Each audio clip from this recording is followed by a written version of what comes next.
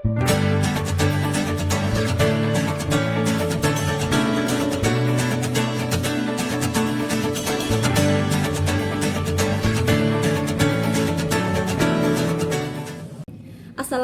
warahmatullahi wabarakatuh. Selamat pagi, salam sejahtera untuk kita semua.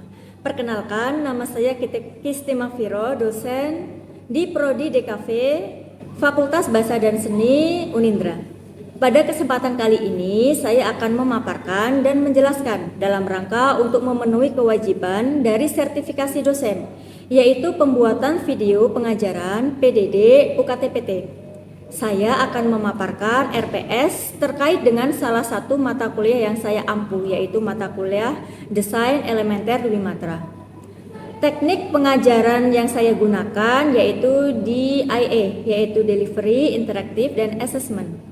Delivery untuk penyampaian bahan materi pembelajaran yang disampaikan melalui PPT, video pengajaran, modul atau buku referensi, melalui LMS Unindra, tatap muka secara langsung di kelas, maupun tatap maya via Zoom. Interaktif dilakukan melalui diskusi berbasis teks pada LMS Unindra melalui forum diskusi maupun secara tatap muka langsung di kelas dan tatap maya via Zoom. Asesmen yaitu melalui pemberian tugas, kuis, dan keaktifan mahasiswa di kelas saat tatap muka langsung di kelas maupun via Zoom. Selain itu juga UTS maupun UAS atau UPM yang saya berikan secara langsung. Kemudian mata kuliah Desain Elementer Dwi Matra dengan kode mata kuliah KK46HI21 dengan bobot 3 SKS diberikan kepada mahasiswa DKV semester 3. Mata kuliah ini merupakan mata kuliah wajib pada mahasiswa Prodi DKV Fakultas Bahasa dan Seni Universitas Indrapasta PGRI. Mata kuliah Desain Elementer Dwi Matra merupakan mata kuliah yang di dalamnya mahasiswa diarahkan untuk mendesain penyusunan komposisi visual dalam wujud Dwi Matra dengan mempertimbangkan penggunaan elementer, penerapan prinsip desain, pemilihan media dan material, serta eksplorasi teknik pengolahan bahan dan struktur penyusunannya. Aspek lain yang dipelajari dalam mata kuliah ini adalah cara penyampaian sebuah rasa atau kesan atau karakter tertentu melalui tampilan visual yang estetis. Setelah mengikuti mata kuliah Desain Elementer Dwi Matra, mahasiswa diharap 1. CPMK 1 yaitu mahasiswa mampu menganalisis elemen dan prinsip seni desain. CPMK 2 yaitu mahasiswa mampu mendesain karya nirmana 2 dimensi berdasar elemen dan prinsip desain serta pemilihan media dan material. CPMK 3 yaitu mahasiswa mampu mendesain karya nirmana 2 dimensi dengan menyusun warna hue, value, chroma berdasar elemen dan prinsip desain serta pemilihan media dan material. CPMK 4 yaitu mahasiswa mampu mendesain karya 2 dimensi tercetak maupun digital untuk mengatasi permasalahan identitas, komunikasi massa, dan kompetisi yang dihadapi oleh pemangku kepentingan.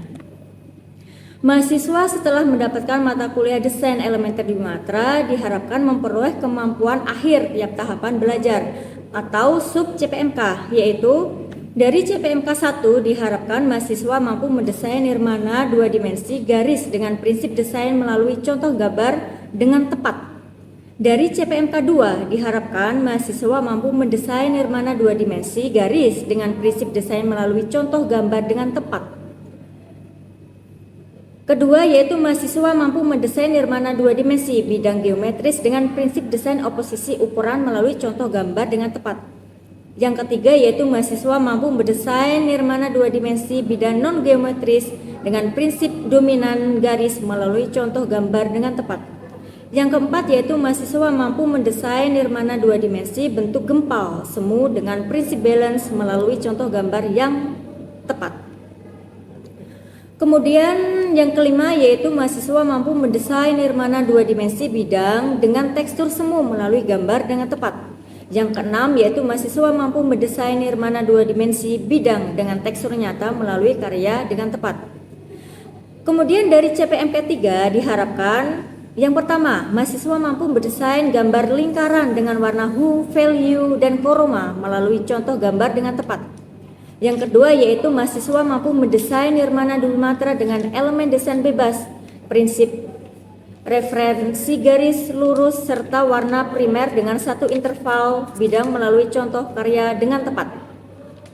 Kemudian yang ketiga yaitu mahasiswa mampu mendesain nirmana Dwi Matra bidang, prinsip desain bebas dengan warna kroma bertekstur semu serta background warna terang melalui contoh karya dengan tepat. Yang keempat yaitu mahasiswa mampu mendesain nirmana Dwi Matra dengan berbagai elemen prinsip desain bebas dan menggunakan warna panas dan warna dingin melalui contoh karya dengan benar.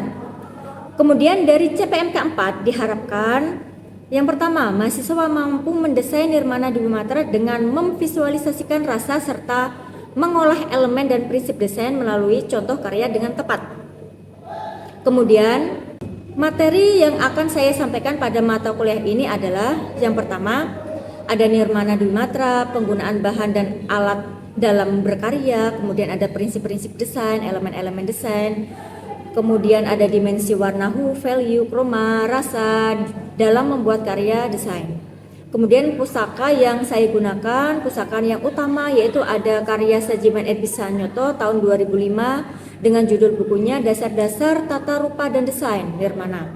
Kemudian untuk referensi pendukung ada karya Wacius Wong tahun 1989 yaitu yang berjudul Beberapa Asas Merancang Dwi Matra dan Beberapa Asas Merancang Trimatra. Kemudian ada karya M. Dwi Marianto tahun 2006, kemudian ada dari Sulasmi dari 2002 dengan judul Warna Teori dalam Kreativitas Penggunanya. Untuk saat ini Unindra menerapkan hybrid learning, yaitu perpaduan pembelajaran secara tatap muka langsung dan tatap muka maya via Zoom. Metode pembelajaran tersebut diaplikasikan bergantian setiap minggunya, misal pada minggu pertama secara online, minggu kedua secara offline, dan seterusnya. Pada video pembelajaran yang akan saya sampaikan yaitu materi pertama pada minggu pertama, yaitu yang berdasar pada RPS dilaksanakan secara online via Zoom. Demikian. Silakan. Pada nirmana dua dimensi terdapat unsur titik, garis, bidang, gempal, ruang, tekstur, pencahayaan, dan warna, Bu. Oke, kalau prinsip silakan dibaca sekalian itu prinsipnya. Untuk prinsipnya terdapat kesatuan atau unity, harmoni, kontras, skala dan proporsi, posisi dan kedudukan, keseimbangan, irama dan pergerakan, kesederhanaan, dan kejelasan. Oke, kita kupas satu-satu ya. Nah, ini ada unsur atau elemen. Nah, ini unsur atau elemen itu bentuk. Nah, bentuknya ada titik. Titik itu bentuk yang paling kecil ya. Bentuknya itu apapun itu. Jadi tergantung titik bisa dikatakan titik berdasar pada ruang atau media.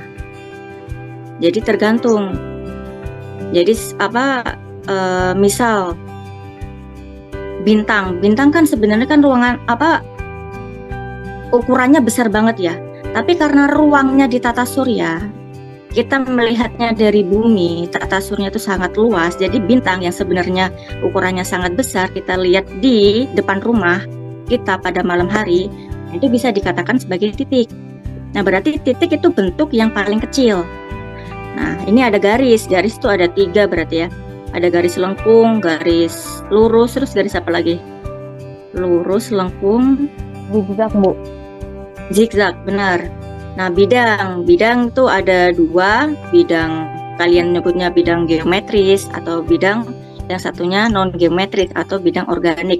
Gempal, ada ruang, tekstur, pencahayaan. Nah, ini kalian sudah paham ya, saya rasa mahasiswa di kafe sudah paham. Nah, ini ada prinsip kesatuan, unity, harmoni, kontras, skala atau proporsi, posisi atau kedudukan, balance, keseimbangan, irama dan pergerakan, kesederhanaan, kejelasan. Nah, kalau kita hanya membaca kan kita dapat modul, saya atau dosen yang lain menyebutkan titik adalah atau prinsip adalah. Nah, itu sepertinya apa ya? kita kurang mengasah ini kan. Ini materi ini tuh sebagai pisau bedah sebenarnya untuk mengupas karya seni atau desain yang lain. Nah, jadi baiknya kita itu langsung mengupas.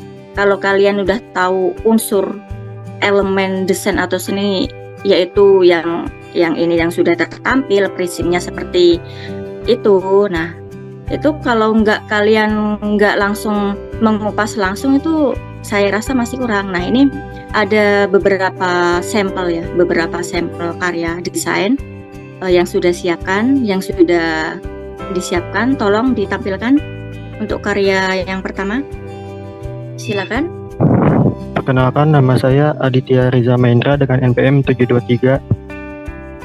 Elemen desain yang saya gunakan pada karya tersebut bersifat non-geometris, Bu.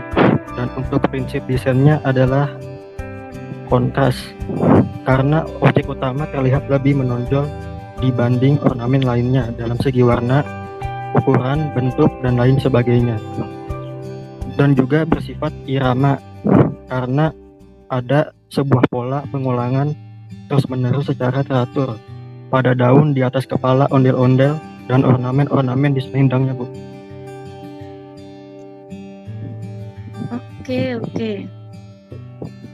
Bu. Boleh saya tanggapi? Boleh, Bu. Silakan, Bu. Oke, sebenarnya benar ya, untuk saya mau menguliti prinsip irama dulu, itu tampak banget pada ornamen hiasan kepala, terus pada selendang, terus pada buku-buku di dada itu. Dan secara keseluruhan juga irama bisa dikupas sangat kuat banget, irama transisi menurut saya. Kuat banget ini pengulangan transisi, pengulangan yang tidak sama persis ya. Oke. Iya, Bu. Ada yang mau menanggapi? Oh, Bu, ada irama lain kok, Bu, yang belum tersebut, Bu. Tadi yang belum tersebut ada loh.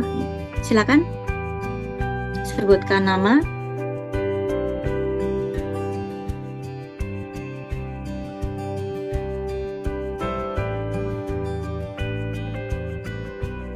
Izin menjawab, Bu. Silakan. Irama dominasi, Bu. Irama dominasi. Iya. Irama dominasi. Irama sama dominasi itu prinsip yang berbeda loh. Irama itu ada irama transisi, ada irama repetisi, ada irama oposisi. Sedangkan prinsip dominasi juga ada. Dominasi itu dia menjadi pusat perhatian atau menjadi point of interest. Dominasi itu bisa divisualisasikan dengan ukuran yang paling besar, dengan warna yang paling tajam, atau yang warna mencolok, atau jumlahnya yang paling banyak menggerombol gitu. Nah, maksud kamu yang mana? Dalam karya ini terdapat prinsip desain irama dominasi, maksud saya, Bu. Irama dominasi yang mana? Yang si ondel-ondel ini menjadi dominasi pada karya ini. Oke, saya luruskan ya. Jadi tadi apa? Irama. Kalau kamu menyebutkan irama itu dipecah menjadi 3. Ada irama atau pengulangan repetisi, pengulangan yang 1000% sama persis. Terus irama transisi yang hampir sama pengulangannya, atau irama oposisi. Oposisi itu saling ngacak, nggak ada persamaan sama sekali. Nah, kalau dominasi itu dia ukuran atau dia proporsi. Bukan proporsi ya. Jadi dominasi itu prinsip tersendiri selain irama. Jadi kamu benar kalau misal, Bu, ini irama tolong dipisahkan dengan irama dominasi. Bu, ini dominasi tampak pada ondel-ondelnya, Bu, ini yang ukuran besar, dia garang di sini, mukanya dia sangar, warnanya menyala. Ini dominasinya ada di ini Bu, ada di ondel-ondelnya karena dia berukuran besar dan sekaligus sebagai ornamen utama. Nah, itu betul penjelasannya. Nah, jadi tadi terima kasih jawabannya, tapi menurut saya itu tolong dipisahkan antara prinsip irama dan prinsip dominasi. Seperti itu, apa bisa diterima? Bisa Ibu, terima kasih. Oke. Ini udah berapa menit ya? Itu tadi kita recordnya masih ada waktu ya kita ya. Oke, lanjut ke karya selanjutnya. Kita bareng-bareng menguliti.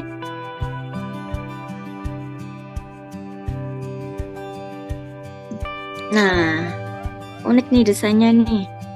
Silakan.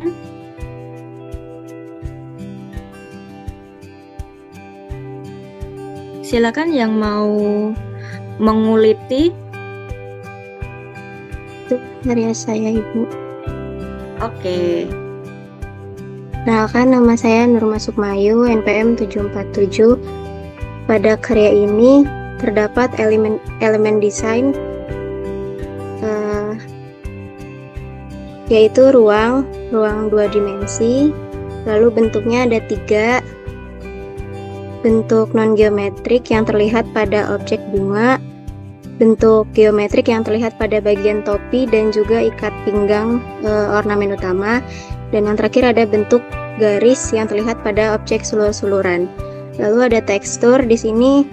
Karya ini bertekstur semu karena ketika diraba terasa halus walaupun secara visual nampaknya seperti kasar. Warna di dalam karya ini yang digunakan adalah warna panas untuk ornamen utama dan warna dingin untuk ornamen pendukung.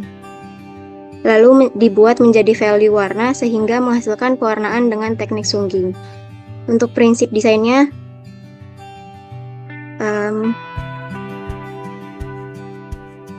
karya ini menerapkan prinsip desain Unity karena melibatkan semua prinsip desain, yaitu karakter, skala dan proporsi, posisi dan kedudukan, keseimbangan, kesederhanaan, irama, serta kejelasan.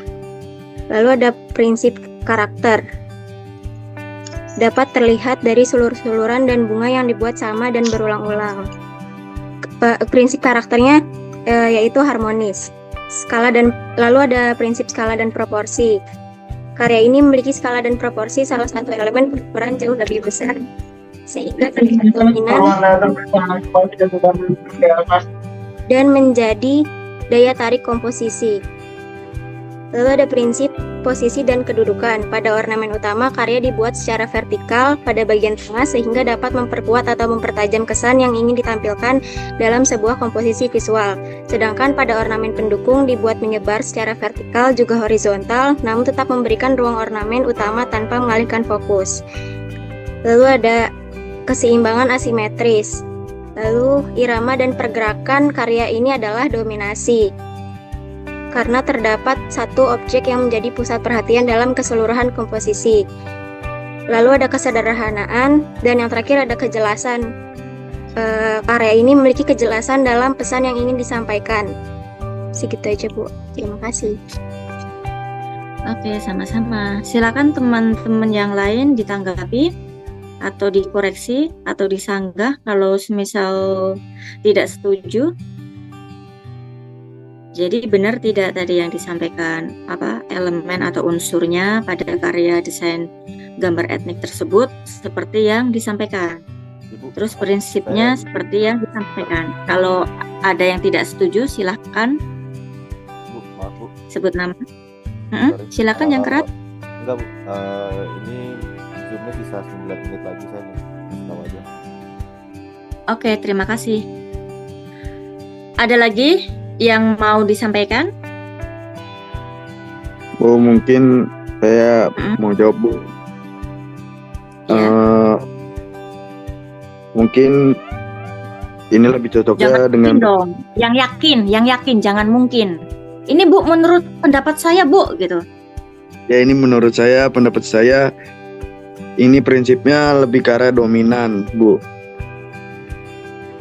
sama mungkin menurut saya sama apa bidang yang digunakan itu ada 3 Bu. Apa? Sebutkan. Ya apa ya? Apa segitiga, segi panjang, sama itu Bu yang saya lihat Bu di bagian dominannya. Oh gitu. Jadi kamu menyebutkan yang bidang geometrisnya kamu menyebutkan itu tadi. Ya, Bu. Ya. Kan bidang ada 2 ya. Ada bidang geometris dan bidang non geometris atau bidang organik. Nah tadi si teman kamu yang sebelumnya menyebutkan ada bidang geometrisnya Bu, tapi juga ada bidang non geometris. Terus kamu memperjelas untuk yang bidang geometris ada apa aja gitu ya? Ya Bu. Oke, terima kasih. Saya rasa tadi udah diingatkan sama operator atau teman kalau ini sudah waktunya sudah mau habis Bu Zoom-nya. Nah, saya harap kalian dalam membuat karya desain apapun itu, kan kalian ini anak desain ya, mahasiswa desain, bisa kalian terapkan setelah kalian kerja nanti juga. Jadi dalam kalian membuat atau merancang, menciptakan karya desain apapun itu, 2 dimensi maupun 3 dimensi, tolong jangan abaikan materi ini. Jadi ada materi prinsip-prinsip desain yang kamu gunakan itu apa, elemen-elemen yang kamu pilih itu apa, itu tolong diperhitungkan. Jadi karya seni dan desain kalian enak dilihat itu sadar nggak sadar itu karena kalian mengolah elemen dan prinsip-prinsip desain tersebut. Kalian mengolahnya jadi enak dilihat. Gitu. Jadi sekian dulu ya ini. Kita tambah wawasan kali ini, kita lanjutkan lagi di next kesempatan.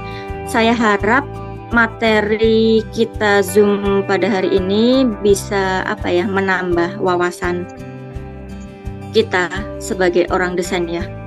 Jadi dalam menentukan nanti kalian merancang desain kalian seperti apa. Oke, terima kasih.